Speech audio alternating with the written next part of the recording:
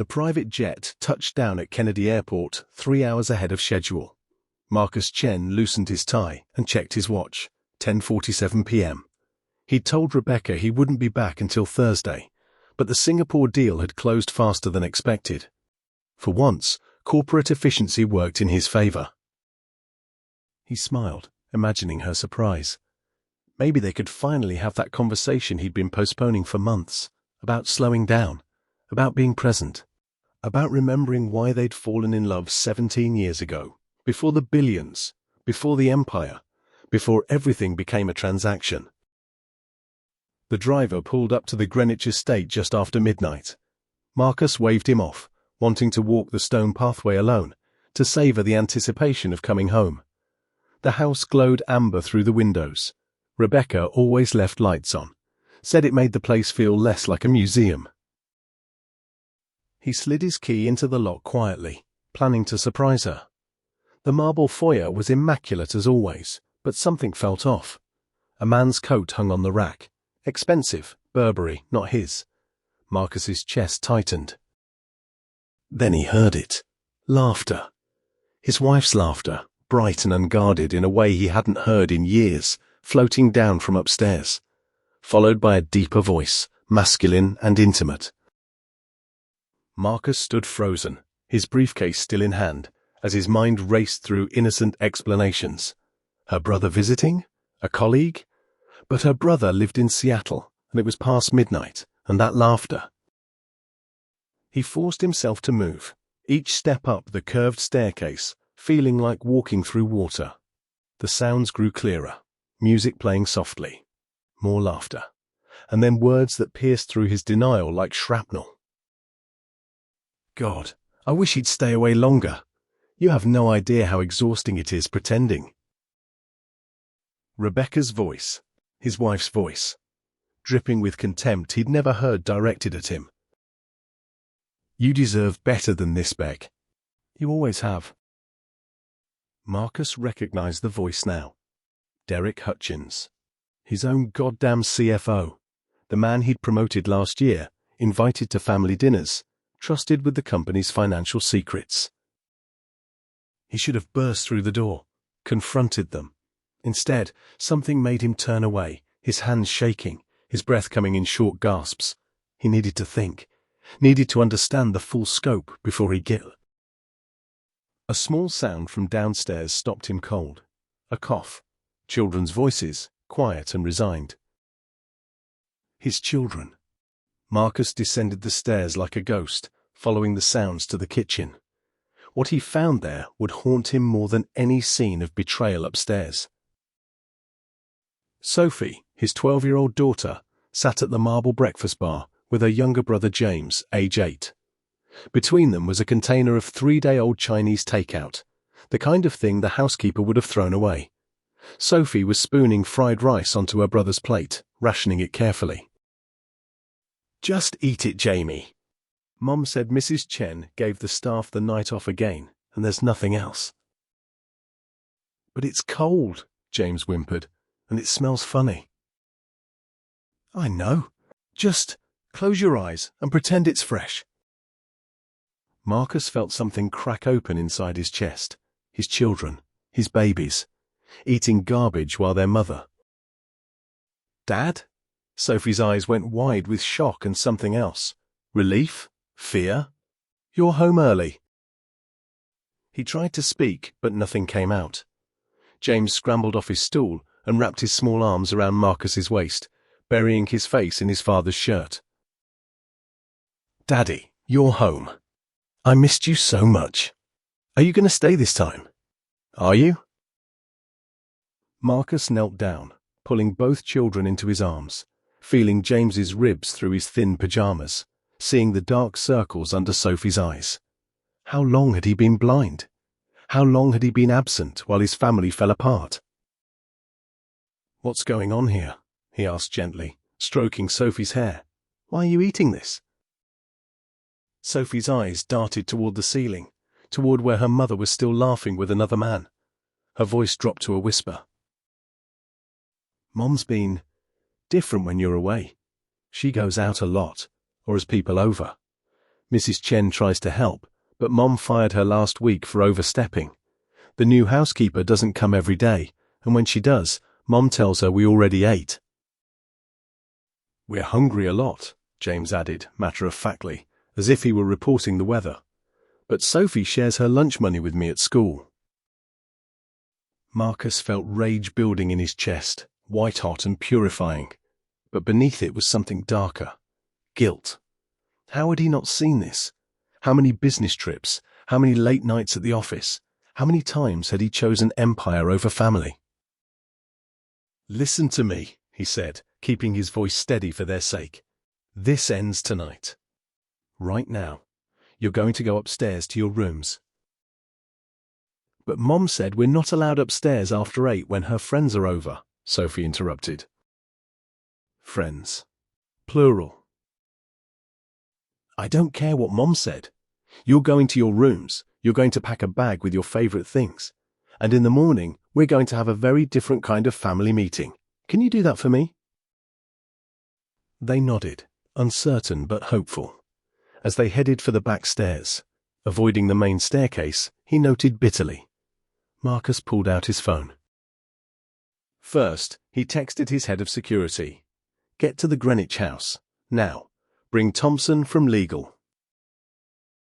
Then he made a call to someone he'd hoped never to need. Michael?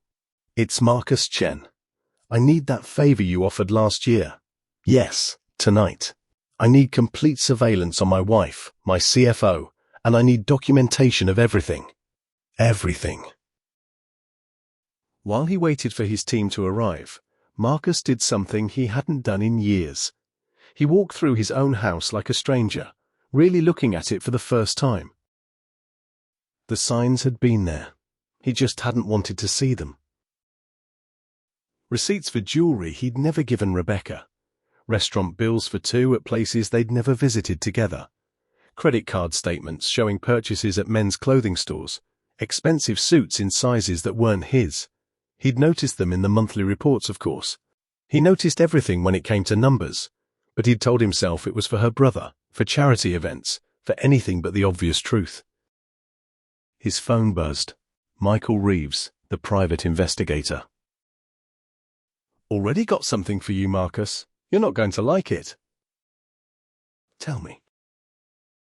Derek Hutchins has been embezzling from your company for 8 months. Small amounts, different accounts, very sophisticated. I was tracking him for another client when your name popped up. Was going to warn you next week, but, well, timing works out. How much? So far, about 12 million, routed through offshore accounts, shell corporations. And Marcus, your wife's name is on several of them. The room seemed to tilt. Rebecca wasn't just unfaithful, she was complicit. They'd been planning this together, bleeding his company while he was too busy building it to notice. How long have you known? Got solid proof yesterday. Like I said, was going to reach out. Seems you found out the personal side on your own. Marcus's mind raced. 12 million. Betrayal. His children starving in his own house. Derek had access to everything. Accounts, passwords, strategic plans. Rebecca had access to him. Together, they could destroy everything he'd built, take the kids, drain his resources while he fought them in court. Unless he moved first. Michael, I need everything documented. Videos, photos, financial records, communications. Can you do that? Already started. I'll have a preliminary report by morning. An hour later, Marcus sat in his home office with his security chief and his attorney. Upstairs, the house had finally gone quiet. Derek had apparently left through the back entrance, avoiding cameras, Marcus noted with grim amusement. Rebecca had gone to sleep, presumably satisfied with her evening. His children were finally in their rooms, safe for now. The financial fraud is clear-cut, Thompson said, reviewing Michael's preliminary findings on a laptop. With Derek's position in the company, this is corporate espionage at minimum. Combined with the embezzlement, we're looking at serious prison time. For both of them, if your wife was involved in setting up these accounts. And custody? Marcus asked. Given the evidence of neglect, and I'm sorry, Marcus, but leaving children to eat spoiled food while she entertained her lover is absolutely neglect. You'll get full custody. No judge will side with her, especially not when the financial picture comes out. She was stealing from her own children's future. Marcus felt a bitter satisfaction, but it rang hollow. He'd won the war before his wife even knew they were fighting. But at what cost? His children had already paid the price of his absence, his ambition, his blind trust. There's something else, Thompson said carefully. Derek Hutchins has been in contact with your competitors, specifically James Thornton at Apex Industries.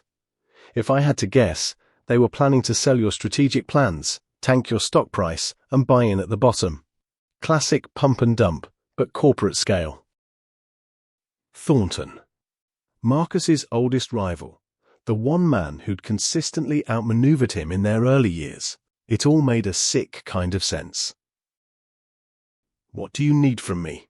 Marcus asked. Nothing tonight. Get some sleep. Tomorrow, we begin documentation. We'll need statements from the children. Carefully done, we won't traumatize them. We'll need to secure all financial records. And we'll need to decide. Do we go for criminal charges, or do we negotiate a quiet exit? Marcus thought about his children, about the public spectacle a trial would create, about having Sophie and James dragged through their mother's betrayal in front of the world. We negotiate, he said finally, but on my terms. Rebecca gets nothing. No money, no assets, no custody beyond supervised visitation if the children want it. She signs everything over, completely and permanently. Derek gets fired and blacklisted from every company I have connections with. And both of them sign NDAs with teeth. Breach it, and we release everything. File criminal charges, destroy them completely. That's comprehensive, Thompson said with approval. I built an empire from nothing, Marcus replied, his voice cold. I know how to dismantle one too. The next morning, Marcus made breakfast for his children, the first time in years. Pancakes, bacon, fresh fruit. Sophie cried when she saw the spread. Is this real? She whispered. You're really staying? I'm really staying, Marcus promised, and things are going to change. Big changes. Rebecca came downstairs at 9, sleek in her yoga clothes, acting as if last night had never happened. She froze when she saw Marcus at the stove. You're home, she said, her voice carefully neutral. I thought... You thought I'd be in Singapore until Thursday, I know. Marcus plated the last pancake and sent the children to the den with their breakfast. We need to talk. Office. Now. She followed him, her expression shifting from confused to guarded. In his office, Thompson and Michael were waiting. What is this? Rebecca demanded, but there was fear creeping into her voice now. Marcus slid a folder across the desk. This is evidence of your affair with Derek Hutchins. Evidence of joint embezzlement of $12 million from my company. Evidence of communications with James Thornton about corporate espionage. And documentation that you've been neglecting our children to the point of letting them eat spoiled food. Should I continue? The colour drained from her face. Marcus. I'm not interested in excuses. I'm interested in a solution. You have two choices. He slid another folder across. Option 1. You sign these papers. They give me full custody. You get nothing in the divorce. No assets, no alimony, nothing. You get supervised visitation with the children if they want to see you. You sign an NDA about everything. The affair, the embezzlement, all of it. In return, I don't file criminal charges.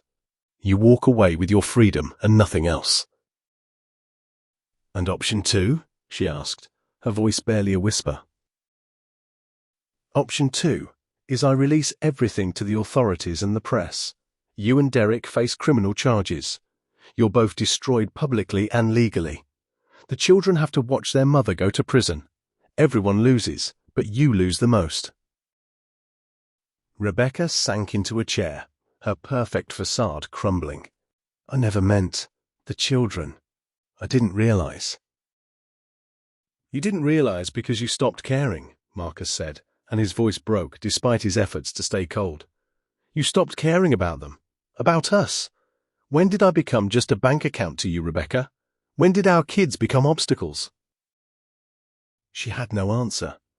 Or maybe she did, but couldn't speak it. Marcus didn't care anymore. You have until 5 p.m. to decide. Thompson will be here to witness your signature. I suggest you choose wisely. She signed at 4:47 p.m. Derek had already signed that morning, after Thompson visited him at his apartment with similar documentation. Neither of them had the stomach for a fight they couldn't win. That evening, Marcus sat with his children in the den.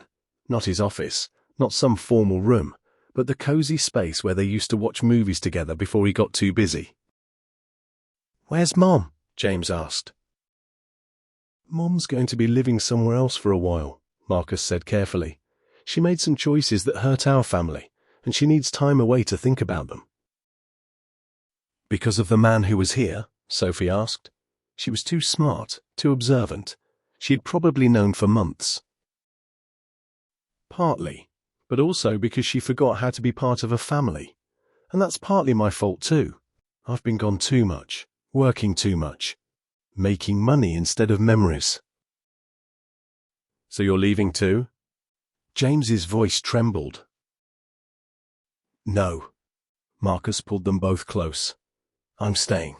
I'm done choosing work over you. I'm selling part of the company, bringing in management, stepping back. From now on, I'm dad first, billionaire second." "Really?" Sophie looked up at him with cautious hope. "Really.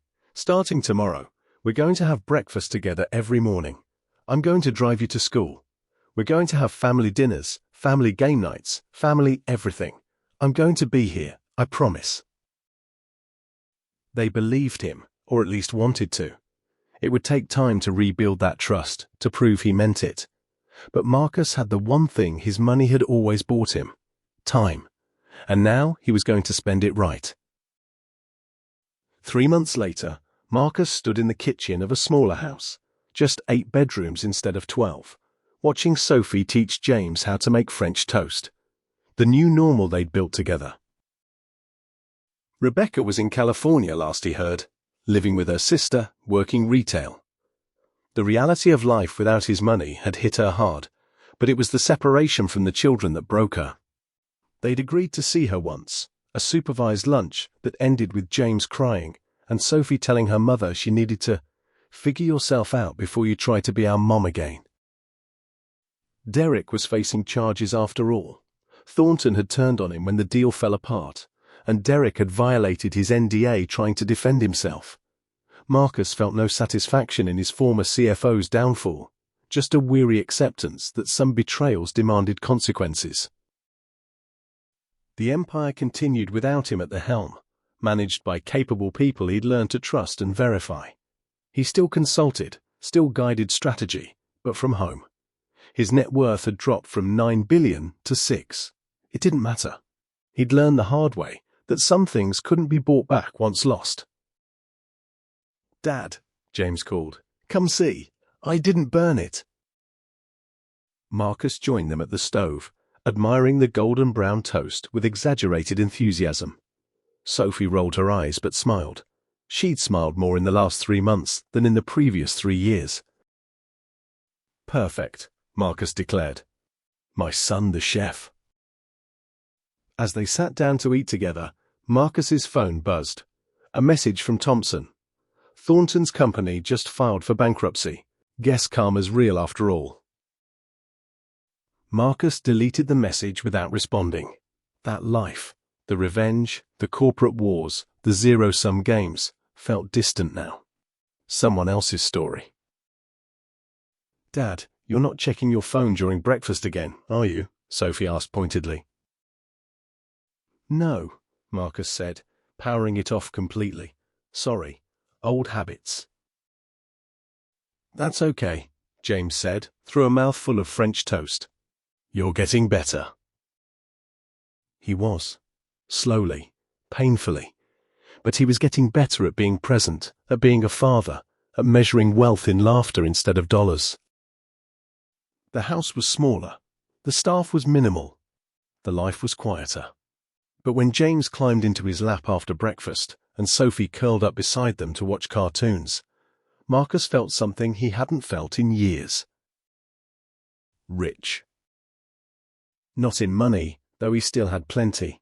Rich in the things that mattered.